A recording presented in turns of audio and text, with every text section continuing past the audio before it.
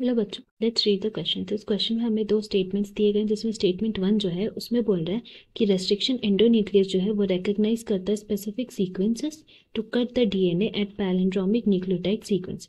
जबकि स्टेटमेंट 2 जो है वो बोल रहा है कि these restriction endonucleases cut the DNA strand a little away from the centre of the palindromic site.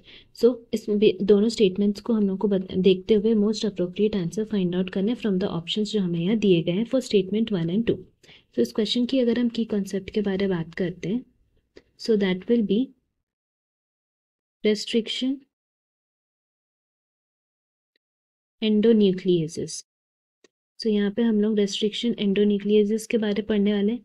तो फर्स्ट ऑफ ऑल अगर हम लोग डिफाइन करती है रेस्ट्रिक्शन एंडोन्यूक्लियस क्या है, then we can say that it is a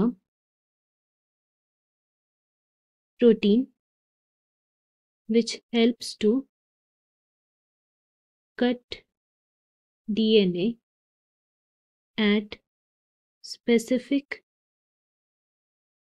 recognition site। जिसका मतलब है कि कुछ स्पेसिफिक रिकग्नाइजेशन साइट्स में जहाँ डीएनए को हम लोग को कट करना है टू मेक स्पेशल फ्रैगमेंट्स, तो वहाँ पे रेस्ट्रिक्शन एंडोन्यूक्लियस का काम होता है। एंड ये क्या करता है, ये रिकग्नाइज करता है दो specific sequences in a DNA.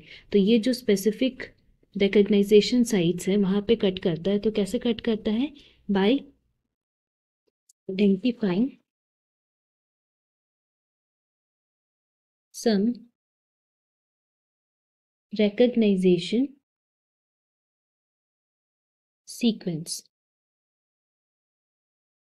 जिसको हम लोग बोल सकते हैं क्या, palindromic sequence. So we will directly write here identifying some palindromic sequence.